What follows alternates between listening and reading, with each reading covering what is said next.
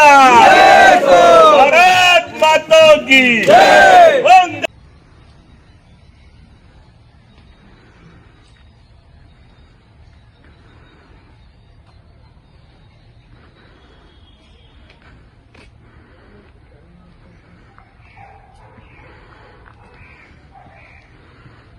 बोरीवली विधानसभा के आमदार सुनील राणे द्वारा गोराई के आदिवासी पारा मोटी डोंगरी में एक आदिवासी महिला जानकी देवी को महाड़ा नदी से घर बनाकर दिया गया।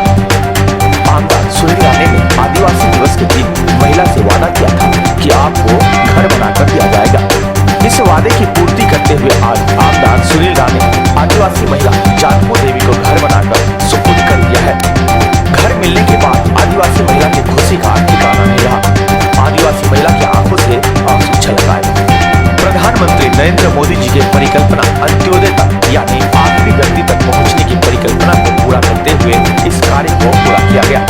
यही नहीं, आमदार सुनील राणे ने कहा कि गोराई में जो 8 आदिवासी पारे हैं उन सभी आदिवासियों को घर बनाकर दिया जाएगा। इस कार्यक्रम में आदिवासी पारे में भारी संख्या में बीजेपी के कार्यकर्ता मौजूद थे।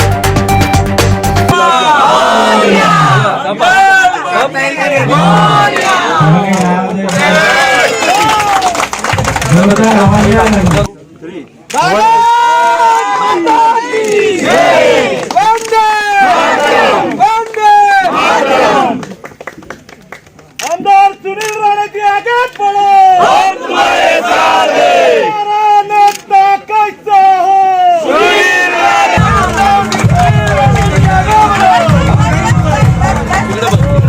सर्वप्रथम ये आदिवासी विभाग जिसको हम कहते हैं कि बोरीवली विधानसभा के तहत समुंदर के इस पार यहाँ पर मोटी डोंगरी करके नाम का ये आदिवासी पाड़ा है। वैसे यहाँ पर करीबन 8 आदिवासी पाड़े हैं जहाँ पर आदिवासी लोग पिछले 60-70 वर्षों से रहते हैं, करीबन उससे भी ज़्यादा रहते होंगे। तो जब मैं यहाँ पर स्वाभाविक रूप से राजनीतिक दौरे में था कि लोगों की व्यवस्था कैसी है, पानी की व्यवस्था कैसी है, लोग जंगलों में कैसे रहते हैं, तो ये जब मैंने देखा कि यहाँ पर जो हमारी यहाँ पर ये खड़ी है जानकी देवी, इनका घर था और वो बिल्कुल बाम्बू का घर था। वो ऐसा घर था कि वो बाम्बू को हाथ लगाया तो गिर जाएगा, गोबर और मिट्टी से लिपा हुआ वो घर था। तो मैंने सोचा कि आदिवासियों को वन क्षेत्र में घर देने की योजना तो सरकार बनाती है, सरकारें आती है, सरकारें जाती है, लेकिन क्या इनके भविष्य के लिए कोई जनप्रतिनिधि काम करता है क्या? तो यहाँ पर के पूर्व नगर सेवक शिवानंद शेट्टी ने बहुत सारे काम किए, जिन रास्तों से हम आए, जिन पानी की समस्या उन्होंने हल की। लेकिन ये थोड़ा सा कठिन काम होता है कि घर बांध के देना, यानी निधि की व्यवस्था करना, फिर इनके लिए बना के देना, और वो भी ऐसा सुंदर हो जहाँ पर ये लोग रह सके। तो मैंने 2 महीने से प्रयास करके एक पहला घर यहाँ पर बना के दिया, जो ये हमारी यहाँ की दादी है उसको हम बना के आज उनके हाथों में सुपुर्द कर रहे हैं। ऐसे ही दूसरे घर का उद्घाटन मैं करने वाला हूँ, जिसका काम आने वाले पहले हफ्ते में शुरू होगा, प्रारंभ होगा। अगर आप देखोगे वो घर, तो ये घर और वो घर बिल्कुल ऐसा है कि 50 वर्षों से है। मैं आपको 2 मिनट, यहाँ पर ही वो घर है और वहाँ पर जाने का रास्ता भी नहीं था, छोटा सा पहाड़ है, वहाँ पर शिवानंद शेट्टी ने रास्ता बनाया। ऐसे समय में ये लोग जंगलों में रहते हैं, बिल्कुल सरकार इनकी तरफ आती है नहीं आती है, लेकिन ये अपने लिए दुआ करते रहते हैं कि ये देश आगे बढ़े। आदरणीय प्रधानमंत्री श्री नरेंद्र मोदी जी का मैं आभार व्यक्त करता हूँ, अभिनंदन करता हूँ उनका, कि उन्होंने जो एक पहल सुलझाने की कोशिश की कि 2022 तक चाहे वो जंगलों में हो, चाहे झुग्गी झोपड़पट्टी में हो, उनको घर मिले। और वो प्रयास अगर हमारे देश के प्रधानमंत्री करते तो हम तो एक स्वाभाविक रूप से कार्यकर्ता है, तो हमने भी जंगलों में जाके ऐसे लोगों को खोज निकाला जिनका रहना इतना दुर्गम स्थिति में है कि आप लोग विचार करोगे तो आज देखो इनके चेहरे पे खुशी है कि ये घर मिला, न बल्कि बैंकों के दरवाजे खटखटाने पड़े, ना लोगों के दरवाजे पे जाना पड़ा और पैसे मांग के घर बनाना, ऐसा नहीं है। बल्कि ये आदरणीय प्रधानमंत्री जी की योजना के तहत एक लोक प्रतिनिधि इस नाते हमने ये घर बना के इनको आज उसको सुपुर्द करने वाले। सर, जिस घर का आप जिक्र कर रहे हैं वो घर किसके फंड से बनाया गया है, कितने में बनाया गया, कितने दिनों में बनाया गया, बताइए। ये घर जो आज का बनाया वो हमारा जो म्हाडा का फंड आता है उसमें से बनाया गया।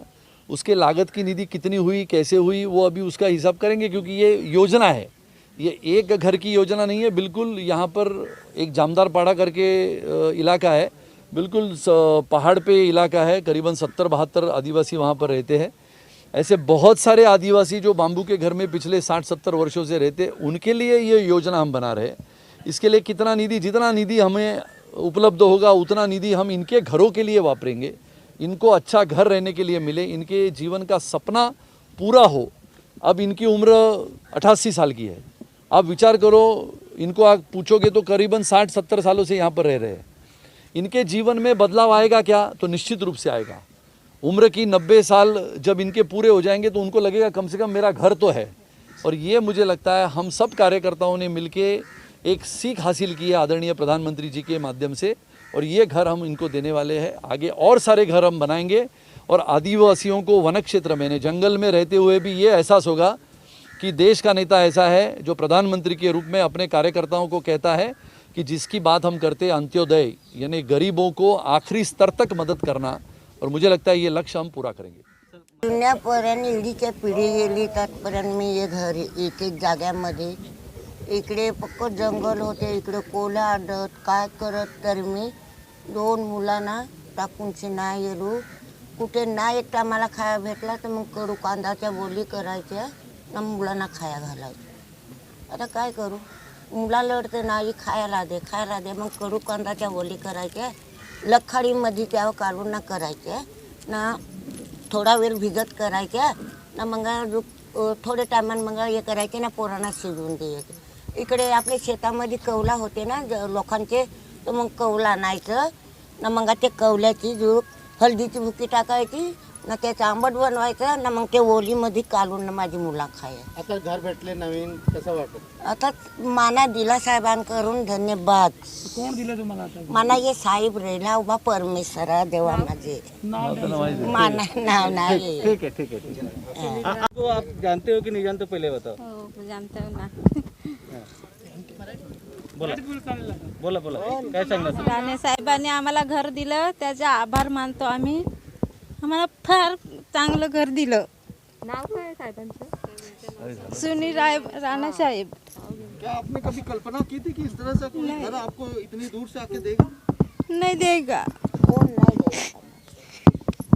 रोइए मत, खुशी का माहौल है यार. इस वक्त जो खुशी मनाने का वक्त